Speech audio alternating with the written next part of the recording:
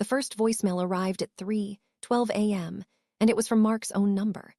He listened to it groggily the next morning, toothbrush paused midair, expecting static or a pocket dial, but instead he heard his own voice whispering, strained and afraid. "I'm in the house. I can hear it moving." In the background was a slow, wet sound, like something being dragged across carpet, followed by a soft thump and a breath that rattled too long to be human. Mark deleted it, unsettled but unconvinced, telling himself stress could do strange things, until another voicemail arrived that night, time-stamped for 3:14 a.m. tomorrow.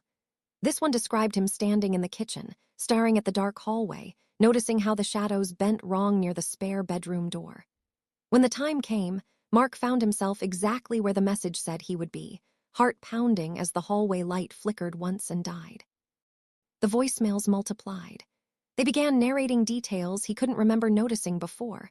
The way the stairs groaned like they were warning him, the smell of damp earth seeping from beneath the spare bedroom door, the faint tapping inside the walls that stopped whenever he held his breath.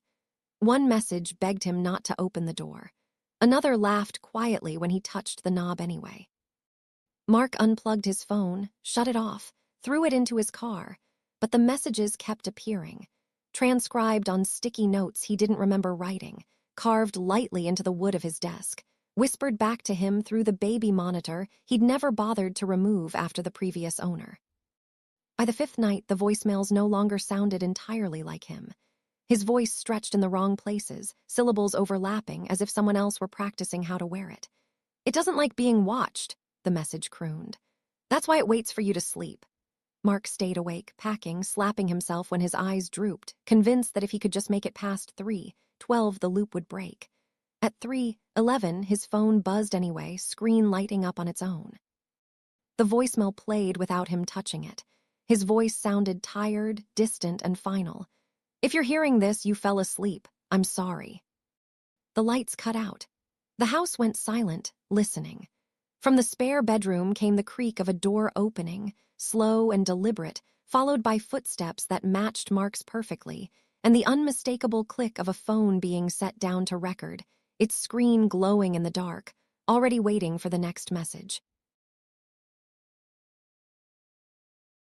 I went to an abandoned hospital with my friends, and it was a big mistake. We were a group of friends who had the idea to go to this specific place after eating out. We just went with flashlights, and that's all since it was all a 3-second plan. We parked by a nearby neighborhood and went to the place. Before we got in, we heard a woman calling out to us. "Hello," she said. We all heard it but didn't think anything of it. We explored the first floor and started heading towards the second. We saw that the stairs were half collapsed. One friend from the group decided to hop on it to test it if it was safe. He did and went forward. It was my turn to head up, and the stairs fully collapsed on me, leaving me to fall 8 ft down and to fall on another set of stairs. Tried to get up, barely seeing anything. Noticed that I sprained my right ankle, got a huge cut on my knee and a cut on my forehead. One of my friends picked me up. The others rushing in to get me. Also, another friend falls off of another set of stairs. Now there is 2 of us injured. We got carried to the front entrance and lost my breath, dripping blood all over my face. Caught my breath and started heading to the neighborhood. That one friend who was carrying me looked back and claimed he saw a crippled witch standing on the roof watching us leave. I looked at him to see if he was serious, and his reaction was locked on and saw mixed emotions throughout his face. The rest of the group looks back and said they saw it. I was too scared to look back because of their reactions. I knew I was going to freeze if I were to see that thing. We all got in the car and left the place at full speed. Went to nearest CVS and got first aid.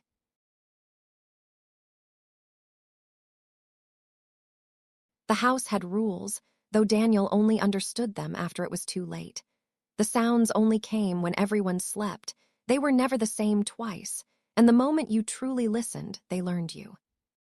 The first night brought footsteps in the hall, careful and slow, followed by whispers that never formed words, silverware clinking in an empty kitchen, a shower turning on by itself, while his wife Claire slept through everything and laughed it off as an old house settling, saying only once, a little too calmly, that it sounded like the house was breathing.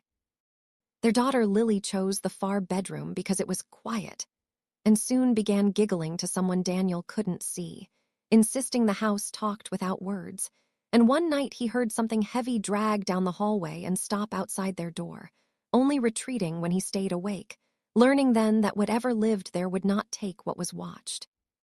When Daniel finally heard his own name spoken from the darkness and refused to answer, the closet door stood open the next morning, and after researching the property, he found missing records, a family that vanished, and a single article about a silent child found smiling in the woods. The house adapted. It knocked, twisted the bedroom handle, pushed pale, jointed fingers through the gap until Daniel slammed the door, leaving deep scratches no one else believed were real. When he tried to leave, the house groaned, walls bulged as if something inside pressed forward, and Lily sobbed that it was angry, yet it fell quiet when they huddled together, watching. Claire changed after that, tilting her head as if listening, smiling faintly as she said the house promised they were safe if they stayed. And one night Daniel woke from a dream of faces packed inside the walls to find her standing in the doorway whispering that he was the problem. When he tried to run with Lily, the house subtly shifted floors and hallways, guiding him back, revealing its final rule, that it learned its occupants. And then Daniel woke in a hospital, told there had been a fire, that Claire and Lily were dead, that grief could invent monsters, and eventually the nightmares faded and he moved on. The house stood empty for years until a young couple bought it, admiring the windows, the porch, the silence, and as the woman smiled and said it felt peaceful, something deep in the walls shifted, because the house had learned something from Daniel. Fire was a mistake, patience was better, and this time it would let them sleep, until listening came naturally and waking was no longer necessary. The TV turned on by itself at 2:17 a.m., and Mara knew the exact time because she had been staring at her phone, waiting for sleep to take her the way it used to, sudden and merciful, when the television across the room clicked, not powered on but clicked, like someone had pressed a physical button with a fingernail. And she froze because the TV was old, boxy, left behind by the previous tenant, too heavy to move and not connected to cable or anything at all, used only for DVDs. Yet the screen fizzed to life with static that flickered into color, and then into an image marked by a logo in the corner reading Channel 61, Community Broadcast, a channel she didn't remember existing. And as the static cleared, the image stabilized into her apartment, shown from a wrong angle, too high, tucked into the ceiling corner like a camera she'd never installed, showing her bedroom exactly as it was. The unmade bed, the half-open closet, the glow of her phone. And her sitting on the bed watching the TV, thinner, paler, eyes sunken and unblinking, while a timestamp appeared reading recorded. Tomorrow, 2:17 a.m., followed by a hiss and then a voice calmly saying her name in her own distorted tone, telling her she didn't remember turning this on and that was normal. And when she tried the remote, nothing happened, and the image zoomed closer as the voice remarked that she always tried that first and it never worked, tracking her movements as she stood and begged it to turn off, only for the voice to say she wouldn't. Not yet, before the broadcast cut to violent static and then blackness, leaving her sleepless and shaken enough to unplug the TV the next day, though at 2:17 a.m. that night her phone rang from an unknown number and left a voicemail of static, breathing, and her voice saying she hadn't watched, and that made things harder, leading her to find Channel 61's abandoned website claiming to preserve moments that would otherwise be lost, where an archive showed hundreds of thumbnails of people alone watching screens, until she found her own labeled MARAL status.